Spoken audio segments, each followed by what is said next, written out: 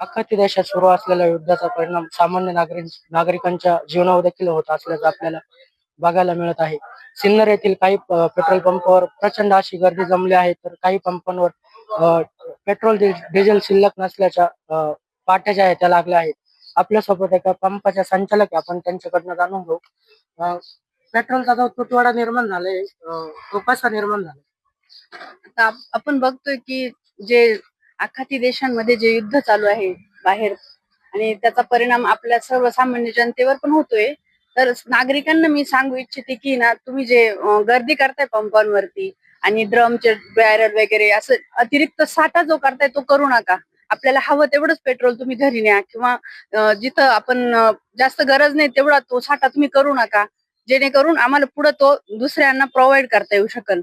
कंपन्यांनी अजूनपर्यंत तसं काही सांगितलेलं नाही, साठा इंधन संपलंय किंवा कमी आहे असं काही. पण 2 दिवस जो साठा आम्हाला पुरतो तो 1 दिवसातच संपला जातोय असं होतंय. आणि प्रत्येक पंपांवर 1-1, 2-2 दिवस पुरेल एवढा साठा ते देत आहे अजून पण. पण सगळ्या नागरिकांनी जर समंजसपणाने जर घेतलं तर आपण हा तुटवडा थांबवू शकतो. असं मी सगळ्या नागरिकांना विनंती करते की तुम्ही सगळ्यांनी पंप मालकांना, कर्मचाऱ्यांना सहकार्य करावं, आणि आपल्या जे युद्धाची जी आपल्याला झळ मिळते सगळ्यांना, त्याच्यापासून आपण हे करू शकतो की जे थांबवू शकतो, आपल्यात निर्माण झालेला हा तुटवडा आपण भरून आणू शकतो, असं मी सगळ्यांना विनंती करते.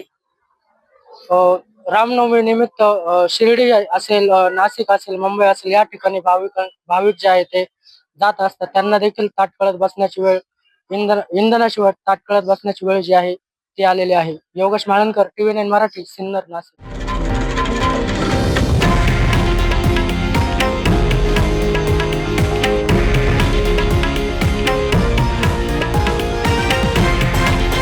हे आहे देशातील नंबर 1 न्यूज नेटवर्क आणि आपण पाहत आहात TV9 मराठी, एकमेव.